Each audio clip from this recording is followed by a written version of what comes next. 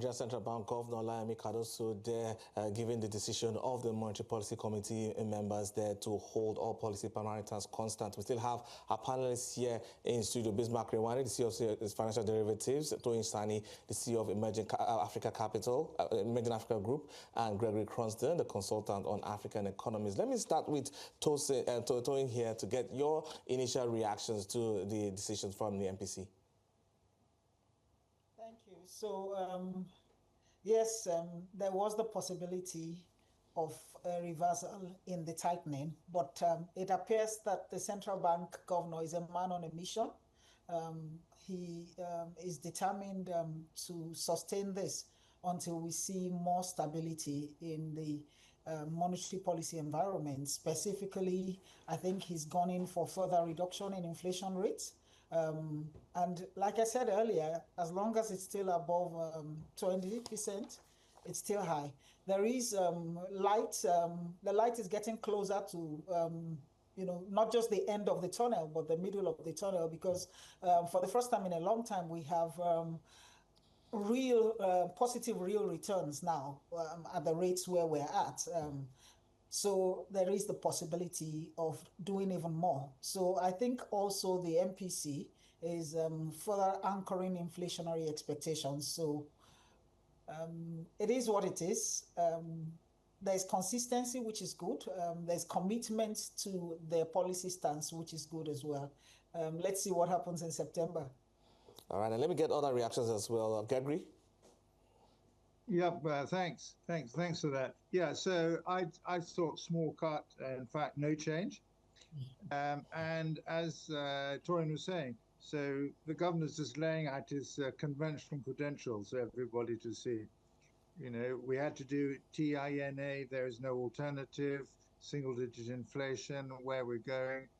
But it was interesting in as much as what I could hear, the answer to the questions, a few things came out quite interesting.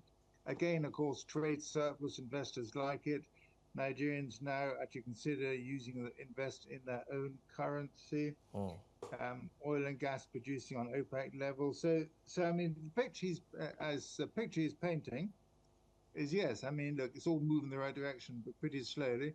And which is why they've chosen for hold on all parameters rather than a modest cut. I think September, yeah, I mean, well, 2 months ahead, will we at or close to, I think if we're close to 20, I think maybe we'd never cut in September. Bismarck? Yeah, I agree with what Greg is saying, but to some extent, holding itself is not part of tightening. You could have tightened, right? But holding means it's part of loosening, but it's a much more cautious approach to loosening. And he did emphasize that currency stability is important. Meeting our quota, oil quota, OPEC is important. The price of oil is being watched. But he did differentiate between core inflation and headline inflation. He also did differentiate between things which are transient and things which are structural. And as long as those structural rigidities exist, which could push inflation back at you, right? He was going to be very, very conservative approach. So one, there's no question of increasing right now, but also, more than anything else, the markets. And he emphasized the structure of the foreign exchange market, the stability of the foreign exchange market, and the buffers, just in case there are some vulnerabilities. I think that's important. So generally speaking, it was a good call. And I think he emphasized something. The next meeting is September. Yeah. He did not rule out intervention between now and the next meeting. So I don't think we should say we are waiting till September. Anything can happen if the variables change. Because I was going to get to that. I was going to get to that, what the signaling means for the next meeting. Gregory, I would love to get your take as well, and I also love to get Bismarck's take, because he's talking about the policy toolkit working here. The central bank governor says that the goal is to get inflation to single digits. But then, how long do you think our markets can have this higher interest rate environment, especially for the impact, when you look at the impact on manufacturers and cost of credit? Well, I mean, so the question is, how high can manufacturing live with these rates? Well, as long as they're told to, I think is the answer. But no, if you look at what's happened to manufacturing, you'll see again, it's great. If you look at the GDP figures, growth is pretty pathetic across manufacturing, with the one exception of oil refining, and we all know the reason for that. So they are suffering. Can they hang on? They have to hang on. But it's noticeable that there are changes in the structure of manufacturing and ownership, I should say. So a lot of household names are leaving or thinking of leaving, and a lot of new players are coming in who probably run the businesses more efficiently, I should say. Bismarck, on the signaling, single-digit inflation, how? No, that's a long-term goal. Yeah. He didn't say, I mean, you're not going to get there at a bullet. Yeah, but I'm looking at the near-term signaling for next meeting. Near-term signaling, I think that he would bring down interest rates once inflation starts to moderate, and once core inflation for that matter. And what's that inflection point for Nigeria? No, if core inflation was to start declining at a pace, right, faster than where the interest rates are now, then you change. Because don't forget, the DMO, the OMO, and all those rates have actually come down. So you don't have to use the policy rate. You can use the intervention rates to actually begin to point in that direction. The entire market expected a cut this time. And the money market, you could see the interbank rates started dropping in anticipation of this cut. Now that it held, you'll find that those rates will go up and begin to maintain some form of sanity as far as inflation is concerned. In terms of policy consistency, he also mentioned that there need to be some supporting fiscal policy as well to more or less assuage what's going on with monetary policy. I'd love to get your thoughts on that as well, and Gregory as well. Well, I think I can say this categorically, that the central bank is fully aware of the saturation effect of this intervention and unorthodox fiscal monetary policy now pushed to the fiscal space.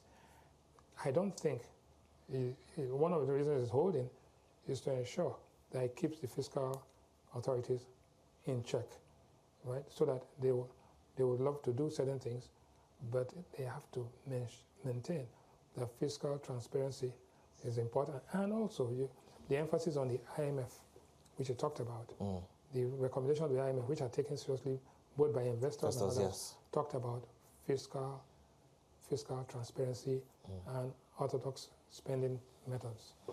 Gregory, your take on policy consistency here, especially the work of the fiscal policy as well, to more or less help with what the monetary policy is already doing. And like Bismarck alluded to at the ending of his comment there, what it means, the signaling from the Article 4 consultation from the IMF as well as Moody's upgrade. Yeah, well, fair enough. Okay, so the IMF, it's, we all know that Nigerian policymakers over many years have had a love-hate relationship with the IMF. They're interfering, it's our sovereignty, etc., etc. So the governor here is saying that he's not saying he's going to borrow from the IMF, but he is saying that he is taking close attention to what IMF has to say, and because investors take a close look at what IMF is saying. I mean, we all know from having worked in these fronted debt markets, we all know that one of the few sources of information to set against what the finance minister in country X has to say is talking to the IMF representative. We all know that. We've all been on the circuit. And the governor is making the same point, especially in the frontier market. He's saying that, look, IMF's important is what exact word, I think, prestigious institution, that wasn't the word, but everybody tracks it. So, yeah, that's no big surprise. The fiscal side, well, look, every MPC meeting communique I can remember going back to the previous incumbent, they're always talking about the need to harmonize fiscal and monetary policy. So what's happened generally, well, more recently, is the monetary policy has been tightened and fiscal policy hasn't really been tightened for all sorts of reasons: spender commitments, very poor revenue collection, large deficits. Okay, so they've dropped the ways and means financing, which is great. He had a little dig at the previous governor on that, but there's some way to go on harmonizing. But I think but having said all that, I think the finance ministry is in much better hands than it was previously. Let me get to that, stay on that, because of the money supply injections the governor talked about, and then the huge intervention injections he also mentioned there. He says, yes, the policy environment is tight.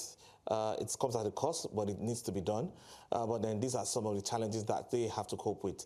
You know, and I'd love you to speak to that, money supply injections, the ways and means, and how we can move forward from here. Well, the way to move forward is easy to say, is to be absolutely rigorous in your discipline, and if the money's not there, without extending your deficit, you don't stick to your obligation. You don't make any promises. But it's very easy to say that if you're not a politician, particularly an elected politician. So this is very tricky. What I would say, without being at all party political, I hasten to add, is that when the new president, well, no longer new, when this president was elected, everyone made parallels with his governorship of Lagos State and how he transformed revenue collection, and how, therefore, the fiscal position would not be the same again under his presidency. Well, yes, there is boosting of revenue collection. You could see, and I'm not just talking about the exchange rate collapse or depreciation. I'm talking about generally boosting revenue collection. But control over spending is not so impressive. All right, Ms. let me get you into the conversation here as well and talk about the issues around money supply, ways and means that he mentioned, and also the huge intervention injections that have come into the Nigerian economy over the years, and how we can cope with it at this time. Look, the money supply growth is not dropping as fast as we would like. So there's a problem with the money supply growth. But as much as we can, he's beginning to rein that in, right? But at the same time, you must remember that there are limits to what you can do. As a matter of fact, last week, I think, there were some, what you call, ways and means advances. And also, the central bank made it clear that the FAC disbursement, or coming up to 1.8 trillion to 1.85 trillion, is a threat to price stability. So I think he's doing that. But I must mention now that the alignment of the goals, of monetary and fiscal goals, is more important than the harmonization of the policy. So the goals have to be aligned very clearly. Fiscal goals are usually political, while monetary goals are looking at the price stability area. That's where the difficulty lies. All right, final from Gregory. Yeah, well, go on Bismarck says. I mean, look, you look at any government anywhere, not necessarily, not just Nigeria, of course.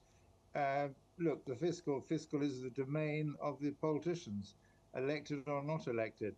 So, look, you can see, just for example, in Britain, UK, for example, currently, there's huge fiscal pressure, and the politicians don't know how to handle it, even though they have the record majority of, I don't know how many seats in the House of Commons, but you know, they're under pressure. Oh, we have to honour this claim, we have to boost that, we have to look after that, and the result is the debt interest burden has soared. So yeah, it's, you know, fiscal is the space of the politician. So unless you have a politician who's very confident in their judgment and in their position, in other words, they think they can, you know, make a big impact by being rigorous and disciplined in time for the next election, you get very little mileage.